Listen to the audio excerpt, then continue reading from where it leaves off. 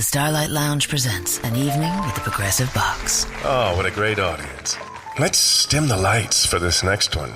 Nope, too much. There it is. Gotta get things just right. Like Progressive's Name Your Price tool. Tell us what you want to pay, and we help you find coverage options that fit your budget. And now, the mood is right. Wait, the lights are back on again. Trudy, can you? And now it's completely dark. Progressive Casualty Insurance Company and Affiliates. Price and coverage match limited by state law. Welcome to Define You Radio, the place to be for real talk and real tips to help you define your personal and professional life. Class is in session with your host, the Southern Belle of Bold, Valencia Griffin-Wallace. Pens and papers ready. Class is now in session.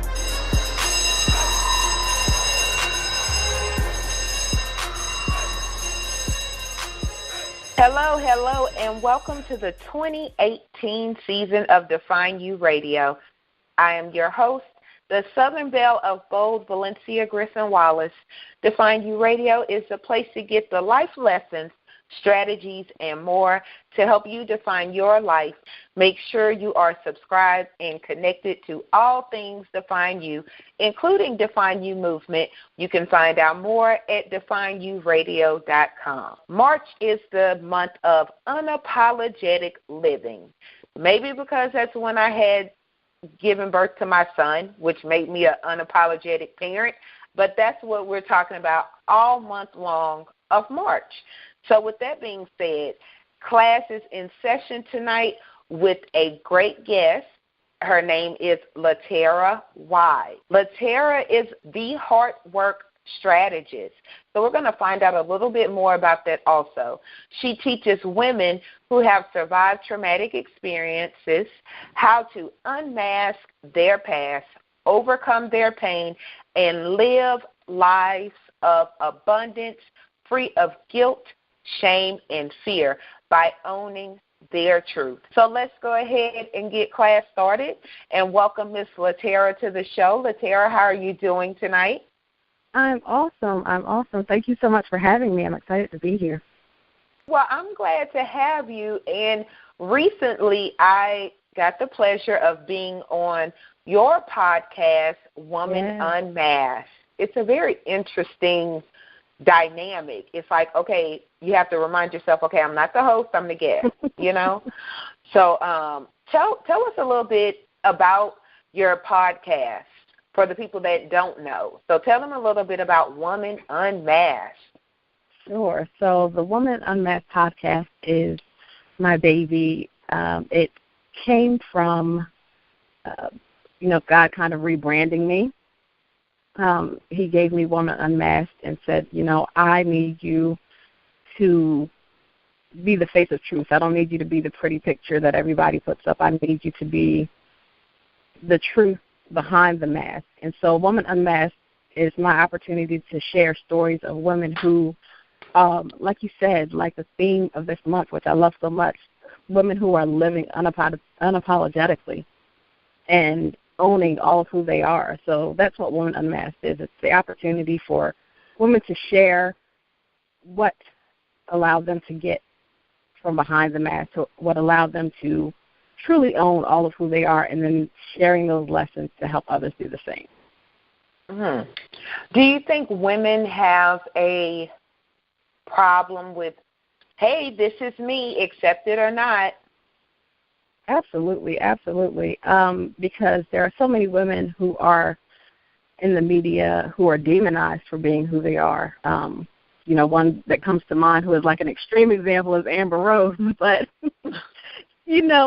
she owns her sexuality and her femininity in a way that makes people uncomfortable. So I think when women tend to own who they are, tend to own their power, and tend to own their truth without feeling like they owe anybody any explanations for being who they are, people tend to get nervous, and our society tends to be offended by that. But our society can't grow and progress if women are stuck behind that mask, because women are powerful, and we do have the power to shift atmospheres and to make change that, men just can't do.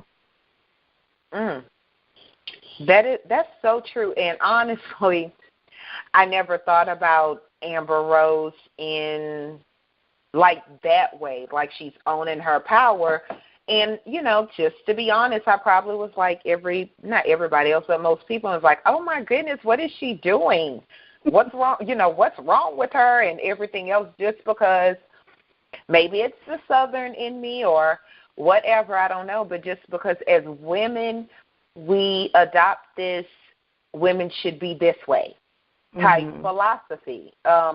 We adopt it from the world, and women shouldn't be this way. You shouldn't dress this way or act this way and everything else. And you don't know whether it's a prison or whether this is how it's supposed to be. And when you see someone step outside that normal that we really kind of look at as normal, it's like, oh, my gosh, she is just out there. Yes, and it doesn't even have to be that. Even women who choose to live a modest lifestyle, who are not overtly sexual and things, our society tends to judge those women just as harshly as they judge women who own their femininity. So, we're constantly told by the images in the media and by the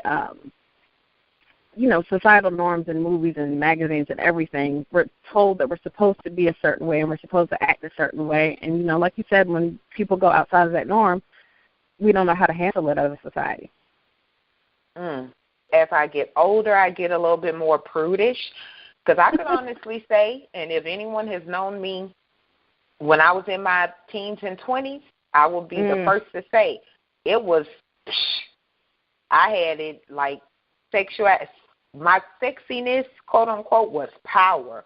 I was showing the legs. I was showing this, and as I get older, I've just maybe my idea of sexy versus, different things is, as you get older, it changes. And it's funny because I'll look at young ladies and I'm like, oh my gosh, she needs to cover up. And I have to remind myself, at her age, I was doing the same thing. Absolutely. I can so relate to that. Yes. The shorter I could get my skirt, but I remember with like my freshman year in college, I had this outfit, and like looking back at it now, I was like, I went to school dressed like a stripper. It was like this pink glittery tube top with this super, super short jean skirt, and to top it off, I had clear heels on.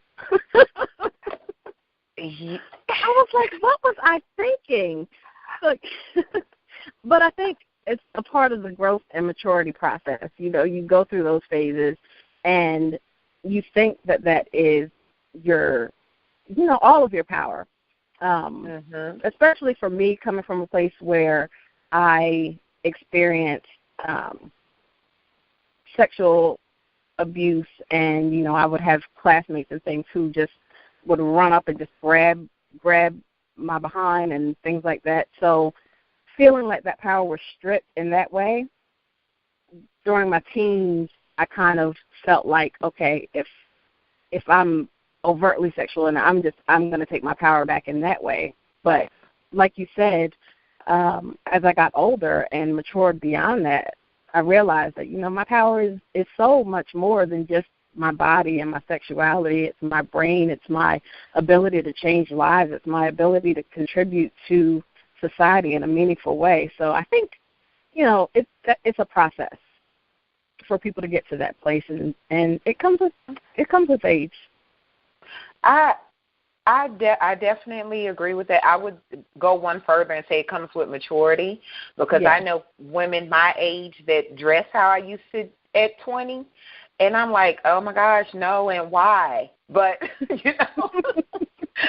to each its own. It's I think some of that is, I don't know, like even partying now. I'm like, I partied so hard in my teens and 20s. I'm partied out. Like I'm done. Like I want to put on my socks, get some coffee, and just rest at like 9 o'clock. what else is there to do? I've done it. Partying and going straight to work from the club, I've done it. So I'm not advising anybody to do that, but my 20s, that was a lot of sleepless time. And, me and my son, who's 20 now, was talking about that, and he's completely opposite of me, thank God. But and I was like, Mama used to come straight from the club, change clothes, and go to work. And I'm, Jesus. Well, actually, I, my wild phase, I say all the time, at 16, when 16 hit, I lost my mind for like 3 years. And kind of just went crazy. And I met my husband, well, he's my husband now, but we met when I was 19. We met in August of 2002. And I was pregnant with our daughter by November of 2002. So, that was the kind of life I was in. When we got together, neither of us was looking for a relationship.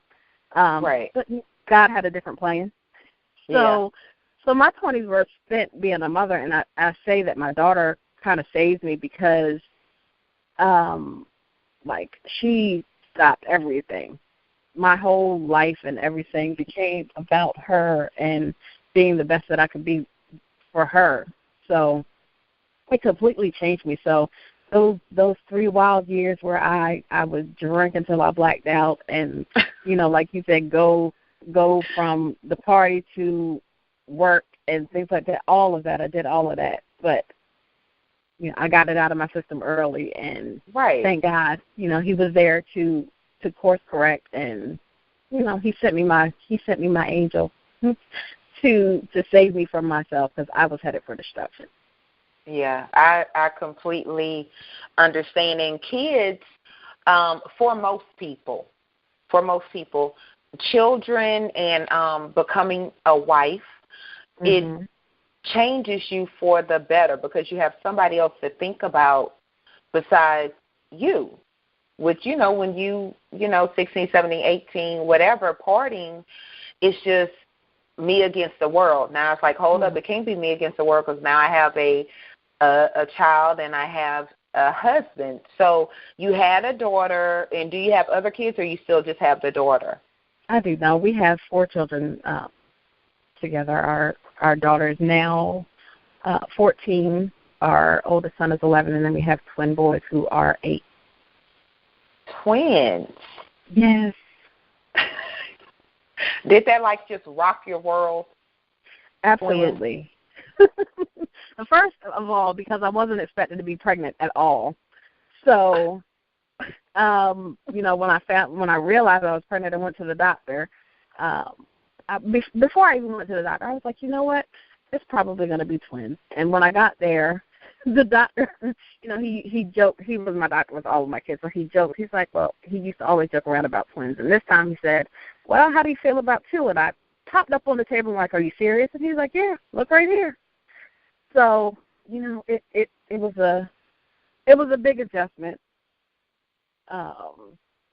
going from a family of 4 to a family of 6 with 1 pregnancy, but it's been a fun adventure. I could imagine. And twin boys, and maybe I'm partial because, I have a son, but to me, boys are just like, yes. It's like smooth sailing. Yeah. So that's anybody that has listened to my show for any period of time know I'm kind of partial to boys because, I have a son, and I have nephews, and I have nieces.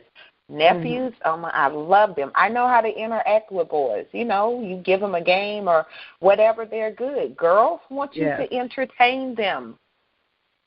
Yeah. They want to be entertained. They want to play makeup, and can I put on your shoes, and I'm hungry. Or maybe it's just my nieces like to be entertained. No, it's all girls. Like, my daughter is so much different than my son's. She I don't even know how to explain it. It's just so different. But she is truly my child. My mother, when my sister and I were teens, she's like, you know what? When you have children, I hope you have daughters so that you can see what you put me through. And, of course, my first child was a girl. My sister's only child is a girl. And when I tell you that they are our clones, it's ridiculous.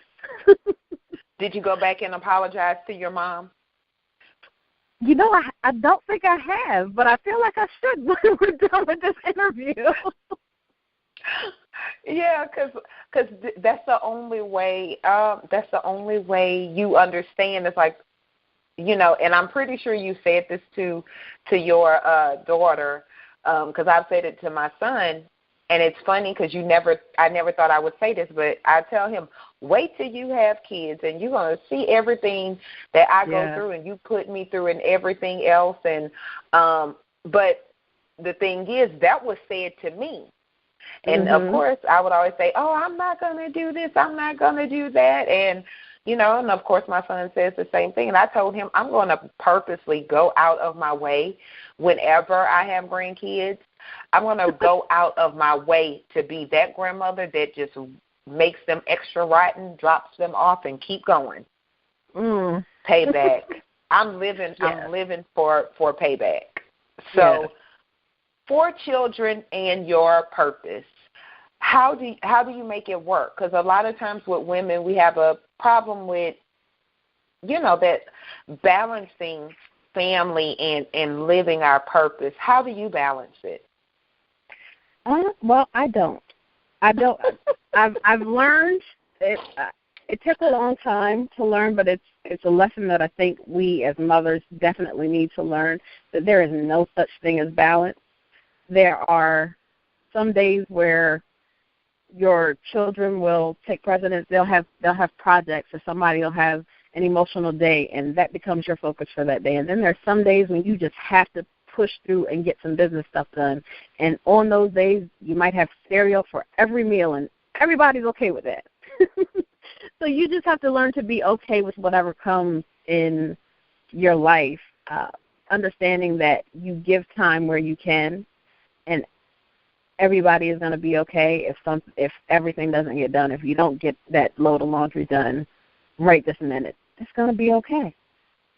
And my children understand that. My husband has a business as well. He is a videographer and a photographer. So our children kind of have grown up understanding that there will be some sacrifices that we have to make, but we always make sure that they are a priority for us. And if they need us, then everything else shuts down. I love that you said that. That's a great way to look at it, because a lot of time you see it a lot. Women are, and I say women because that's what I see mostly, looking for balance, life-work balance. And what I find is a lot of small business owners, women walking in their purpose, entrepreneurs, which y'all know I cannot say that word, but a lot of them are happen to be single mothers. A lot of them that I know happen to be single mothers. And will say, I don't have time today. I don't have time for this. I don't have time to do that. And they're running themselves in circles. But honestly, I believe being married, being with my husband, and having my son makes everything else worth it. Yes. They definitely give you a reason to push through and do what you have to do. We are living to create a legacy for our children's children's children. So, we can't stop. Even in those days when we feel like it's too much and, nobody is really receiving what I'm doing, you still have to keep going, because the purpose that God placed in you is not just about you. It's about everyone who is attached to you. It's about your family who will be impacted by that. It's about the legacy that you leave for your children, and it's also about the lives that you are meant to touch. So if you give up, then who's going to be that light for them? And it's partially building a life also. Yes, you want to, build your legacy and, change the world around you, but it's also a growing process for me and building a life for me, and the better Valencia is, the better I am for everybody else. And my husband, he doesn't own his own business. He works. And so a lot of times some of the conversations I have with him, like I know what I'm saying to him and his eyes kind of glaze over. But sometimes he'll tell me about stuff at work and my eyes will glaze over too, but we find a way to meet in the middle. Do you guys do a date night to keep y'all marriage on fire and the relationship fresh? Do you guys try to incorporate some husband-wife time? We do. Now, we don't get, like some people I know are able to do a date night every week. That's not a luxury. What? People have that kind of time? Yeah, but our children are getting to an age where our daughter will soon be able to babysit her brother, and she's wanting to start a babysitting business. So things like that. Our kids are getting older, so we do definitely make time for each other. We may not be able to go out as often as we'd like, but we make time to just at the end of the day maybe sit and watch a movie together or, just go out for a little appetizer or something to just be able to connect with each other. And we talk throughout the day all the time. And, we both are building businesses on the side, but we also have full-time jobs. So we may take a lunch break together. Just anything where we can sneak in a moment of time. It doesn't have to be like hours and hours or a weekend getaway. It may just be an hour. It may just be a 15-minute call, but to just check in with each other and be a reminder that I'm here to support you and I love you and I'm glad to have you in my life. Just those small things keep a marriage fresh and strong. Say that.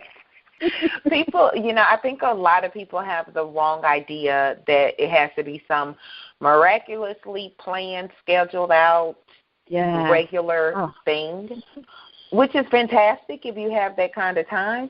But it's those unpredictable things, I think, because we'll put Netflix on or something on TV and it's like, okay, we finally could kind of slow down and watch a movie together. And 15 minutes later, I'm asleep. Because if I get in, when you get in that comfortable spot, and I wake up and I say, wait a minute, what I missed? Can you rewind it? So that's usually how our movie nights go when we do them in the house. But it is those small things, those leaving notes, those, hey, I'm texting you, what you doing, that builds a strong relationship and keeps it, fresh and those things. Like everything doesn't have to be, okay, every Friday at 7 p.m. we're going to the movies and going to eat.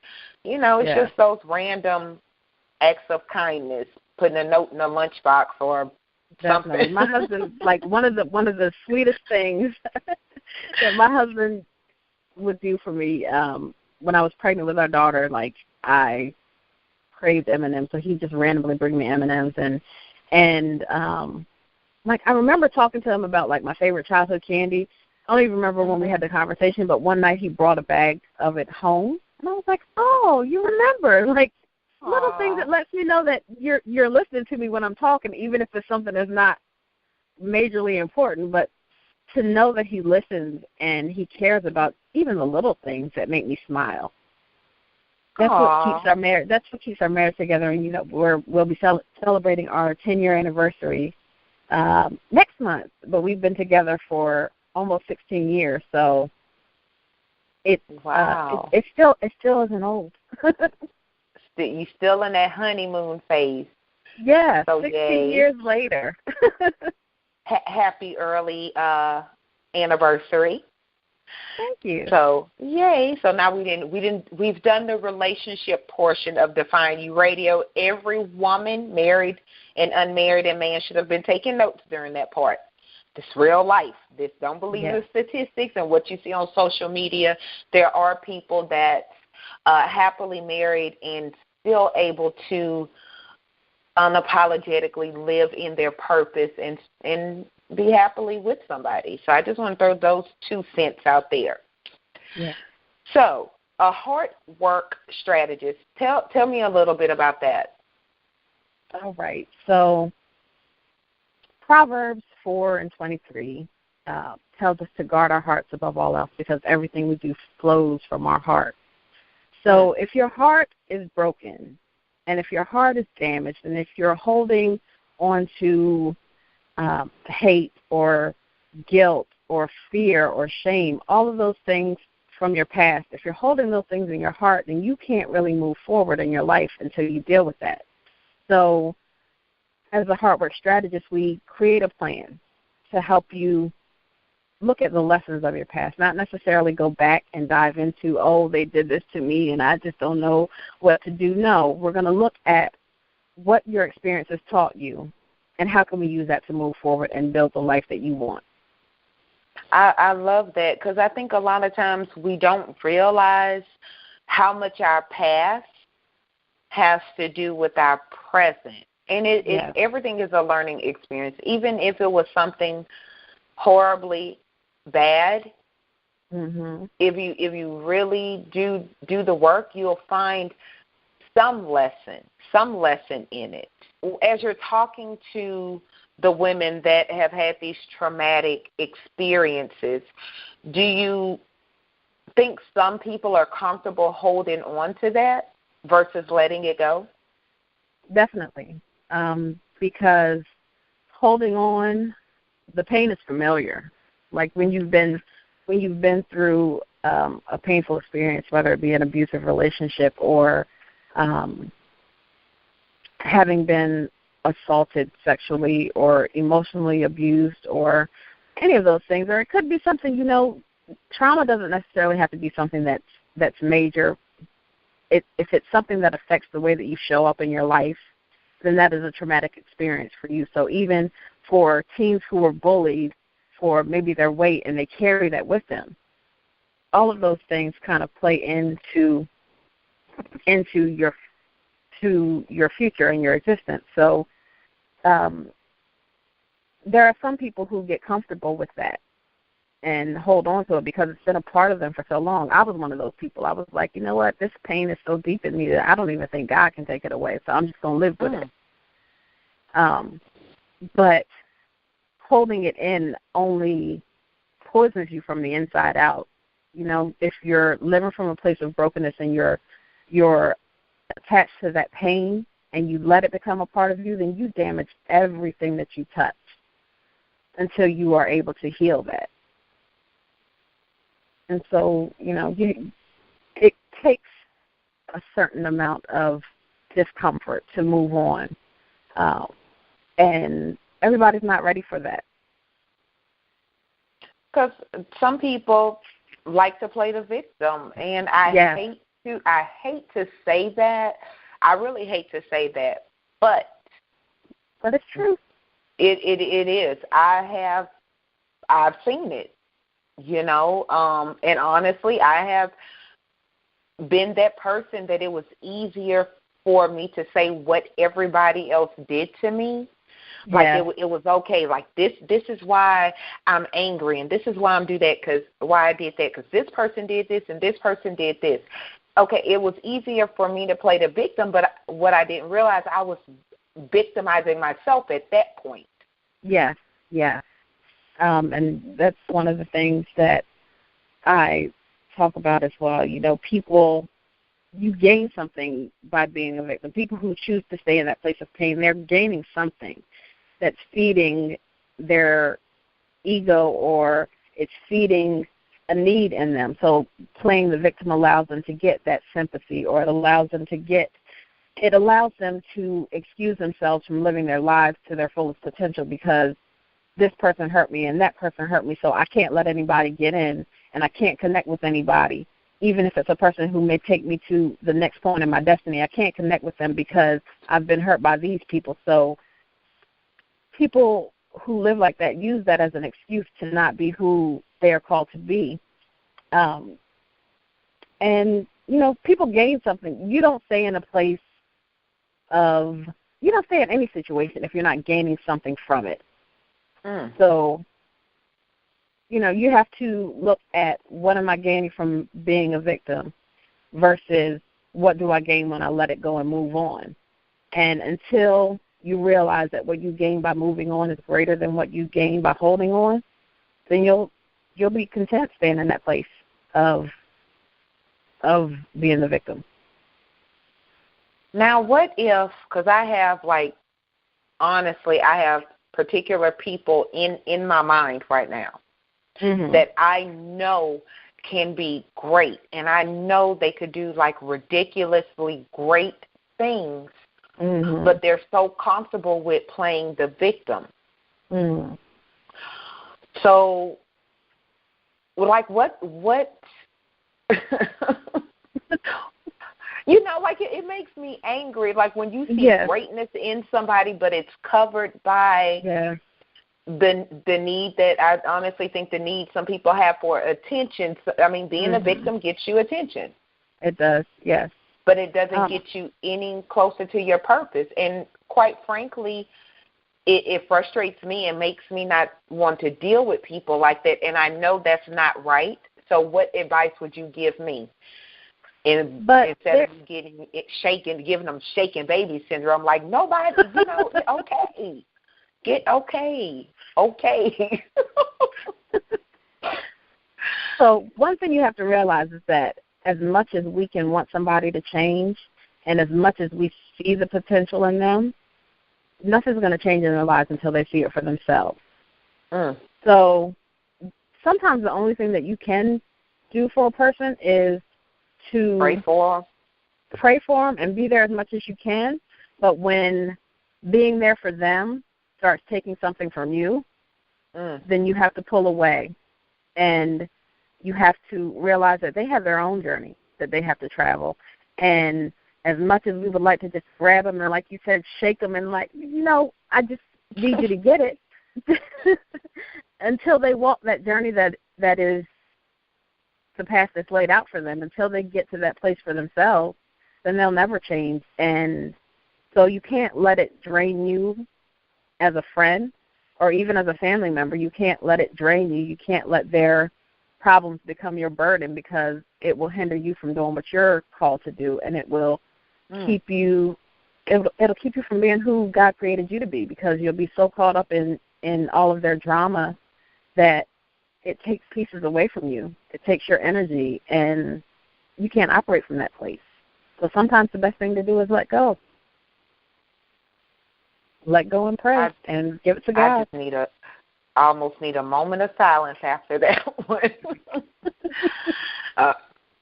Because it's, there's a certain sense of guilt. Yes. That you have when you get free, right? You get free. And, of course, you want those that you love and care about to get free, too. Yes. And there is a certain sense of guilt when you're free, quote unquote, and that person's not free, and you got to stop. I don't want to say dealing with this person, but you have to limit your contact with this person, because it does stop you. Have you experienced that in your life, when you came to this place of purpose and free and loving you in life, and other people weren't that way, and you had to look, I can't spend that much time with you. Did you experience that guilt? So I'm an introvert by nature, so I don't really have a lot of friends, but I do have siblings who are so brilliant, and they can't see it the way that I can see it, and being the oldest, I feel like it's my burden to carry them and to make sure that they're okay, because that's my job as their big sister. And, there are some things that I carry guilt for, because my sister I was the first person that she smoked weed with. When I was young and dumb and didn't know any better than to introduce my sister to that life. Mm-hmm. And so I carry a burden because I felt like I set her on a path to be less than who God called her to be. Understood. So I definitely understand carrying that guilt, and I've had many conversations with her and apologized to her for that, for planting that seed in her life. And so we talk, and we have a relationship, and I pray for her, and I pray for my other siblings who go through their own personal issues, and I feel I have felt the burden for her because I wasn't always around because I was in my own mess. But part of getting to be who you are called to be, and part of getting to that purpose, and part of doing that hard work is understanding that you have to forgive yourself for the people that you hurt, because when you're living your life recklessly, you will hurt people, and that guilt doesn't just go away by itself. You have to give it to God, and you have to make a faith exchange. You have to, for those you can apologize to them, and they may not accept it. That's their right to accept it or not, but you have to extend that apology for them and for yourself. You have to forgive yourself as well, because the decisions that you make when you're living from that place of brokenness aren't the same decisions you make when you get free. And so you have to forgive that person who made those bad decisions in order to move on and be totally free. #Amen. On so many levels. I'm an older sister. And I can relate to everything you just said. And being the oldest, it's a blessing and a curse, I would say. Yes.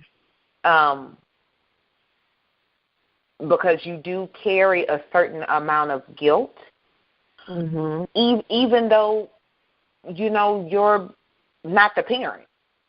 You're just the older sibling, and there is a certain amount of guilt, especially if your life goes left, their life goes left, and yours go right.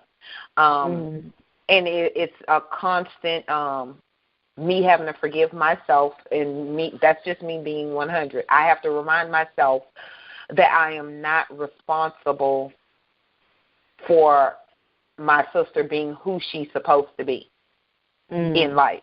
I could speak life to her. I've apologized for some things. We've talked, but at the end of the day, I will no longer feel guilty, and I won't allow her to make me feel guilty because I'm a child too. Yeah, and I'm thankful that my sister never made me feel guilty. She never blamed me for that. So the burden that I was carrying was a weight that I put on myself. It wasn't something that she felt like, well, you did this to me, and so now, I could have gone down a different path. But even now, she's she's got her daughter, and she's building her life, and her life is good. Even though I still see the potential there for more greatness in her, and she's getting to that place. So I'm thankful that even setting her down the wrong path, she never blamed me for that. Yeah. And we're, at the end of the day, we're all a work in progress. And that's the one thing we all have to remember, is that we are a work in progress. Yeah. And the key word here is progress. That means going forward. Yeah. So this has been such a great conversation. That's really, like, you hit on so many points tonight, and I'm glad that we were able to discuss those things about doing the heart work and forgiving ourselves and being who we are, whether that is embracing your sexuality or embracing your prudeness, however you want to do it. So I know you have a project coming up and out, so why don't you tell us a little bit about From Fatherless to Fearless? What is it? Yes. So it's actually available for pre-order. And so it's an anthology. It's 9 women sharing their stories of moving through being fatherless daughters to becoming fearless women. And it was a project that I signed on to. The opportunity came actually from my podcast, which was something that was a little, amazing to me, like a little God-inspired connection. But what I loved about it was that it's not a story bashing our fathers. It's not about, oh, well, he did this to me, and so I can't move on from that. It's not about them at all. They're kind of the secondary in the story. It's about how it affected us, how being fatherless affected us, but how we moved on from that and what we're doing now. The important part of the story is not that we were fatherless, but it's that we took everything that fatherlessness gave us and we became fearless using that. So I am so excited about it. That sounds phenomenal. And I love how you just worded it, like it wasn't about, father bashing or any of that. It's about, okay, this happened and this is the greatness that still came from it. Yes. So I love that. I love that, and I kind of want to ask you questions about it, and I kind of want to, but I know the best way to get my questions answered is to read the book, and then I could come back and be like, okay, these are my questions. So, so how can we pre-order it, and when do you know when does it release? So you can pre-order it on my website, LaterraWise.com, LaterraWife.com, and it is due to be released mid to late March. So It'll be coming soon. It'll be soon, but pre-orders are going on right now, and it's exciting. I'm excited because the people who have read it, the reviews that we're getting from it, even from people who are not fatherless daughters, it's changed the way that they look at other women and how they relate to other women. So even if fatherlessness is not your experience, you can still gain something from it. I agree. One of the things that I've realized is that a lot of times we assume people can't learn from somebody else if their experience wasn't the same. Mm-hmm. But that is so far from the truth. Yeah. There is something in your journey to fearless Laterra that someone else can, they'll learn from it. They could take notes and say, okay, I could be fearless too. So I applaud you and the other women for, I love the title, Yes. I love the title. And just, going forward with writing something that it's easy to write a book where you're bashing somebody, like that's easy. Yes. But to say, okay, yeah, so this happened, it is what it is, but guess what? Here my fearless self is, take it. This is what it is. So I definitely applaud you queens. I'm guessing it's all queens, right? All women? Yeah. Yeah. Right, just say queens on it. And because that's like a whole other project, because I do believe fatherlessness, just like motherlessness, affects people differently. I think it affects the oldest child and the youngest child differently. It affects male and females differently. You know, even by your age group and what kind of absence was there, because some people can have a father or mother in the home and they're still absent. Yes, and there is a woman who has that story, which is another great thing about the book. Every single story is different. There are no two stories that are the same, and that's one of the other amazing things about it. You know, people tend to think, oh, okay, well, fatherless, you know, there's a blanket, everybody has the same story or similar stories, but every story is so different. There are some threads that, you know, are common because there are pains and things that we go through as a result that are common, but everyone's story is so different.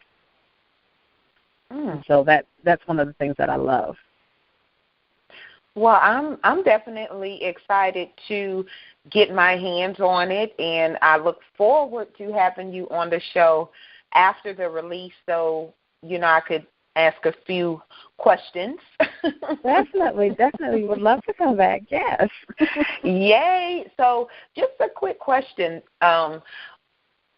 when you wrote the story, did your mind do like a flashback thing? You know, sometimes how you write, you go back to that moment you're writing about. Was it an emotional experience for you?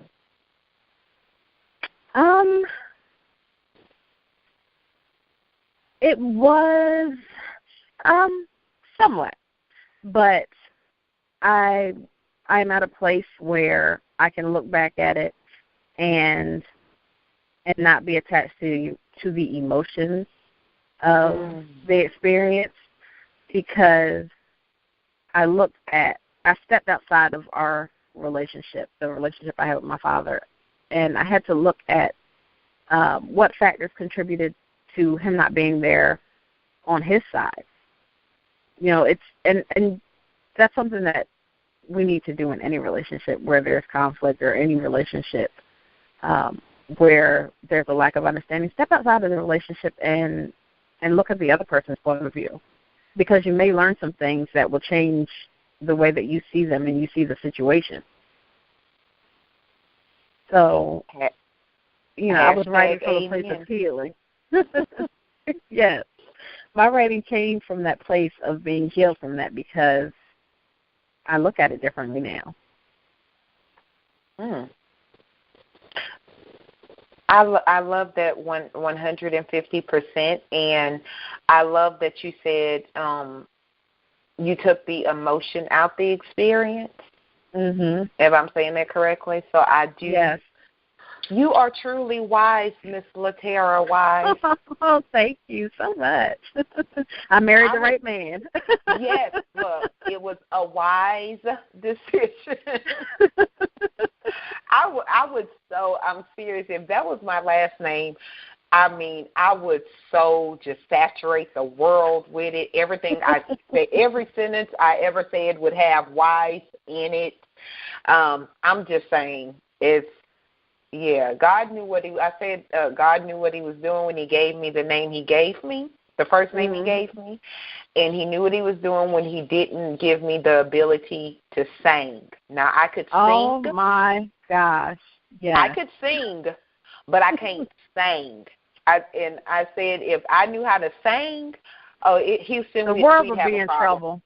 Oh, it would be over. Yeah. They'd come get me and lock me up, because I wouldn't ever talk again. I would sing everything I said, Lord. Yes. So, Miss Laterra, it has been, oh my goodness, such a great experience having you on the show tonight. What would you like to leave the audience with before we, call it a show? So the one thing that I always like to leave people with is I want you to know that no matter where you are in your life, no matter what you may be in right now, no matter what you may be doing right now, you are worthy. You are worthy of the purpose that God placed in you. You are worthy of unconditional, deep, soul-stirring love. You are worthy of self-love. There is nothing in your past that will keep you from God's love, and that love makes you worthy. So just know that. Yay. Well, thank you so much for being on the show, and welcome to the Define You Radio family. We definitely look forward to having you back on after the book release so we could ask all the questions that all of us will have, because all of us will order the book. Guys, kings and queens, you guys hear me? Okay, tonight's quote comes from Unknown. Y'all know I love my unknown quotes.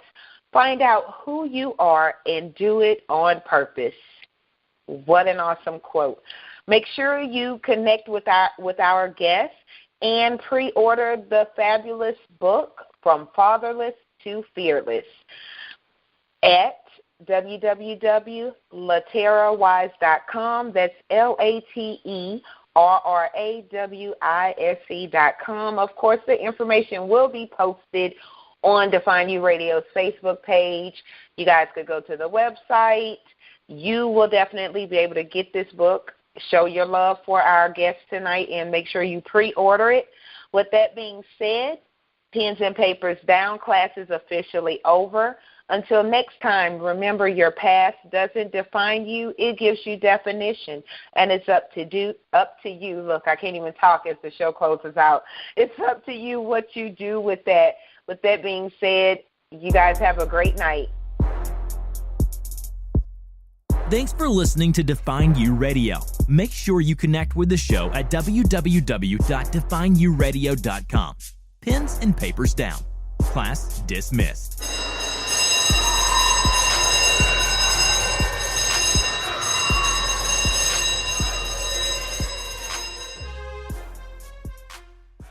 The Starlight Lounge presents An Evening with the Progressive Box. Oh, what a great audience. Let's dim the lights for this next one. Nope, too much. There it is. Got to get things just right. Like Progressive's Name Your Price tool. Tell us what you want to pay, and we help you find coverage options that fit your budget. And now, the mood is right. Wait, the lights are back on again. Trudy, can you? And now it's completely dark. Progressive Casualty Insurance Company and Affiliates. Price and coverage match limited by state law. Required listening with Amazon Music. Dad music again? The greatest guitarist of all time. Wait, who? Alexa, add this song to a new playlist. Sure, what's the new playlist name? Jack's Intro to Classic Rock. Adding Stepping Stone by Jimi Hendrix to Jack's Intro to Classic Rock playlist.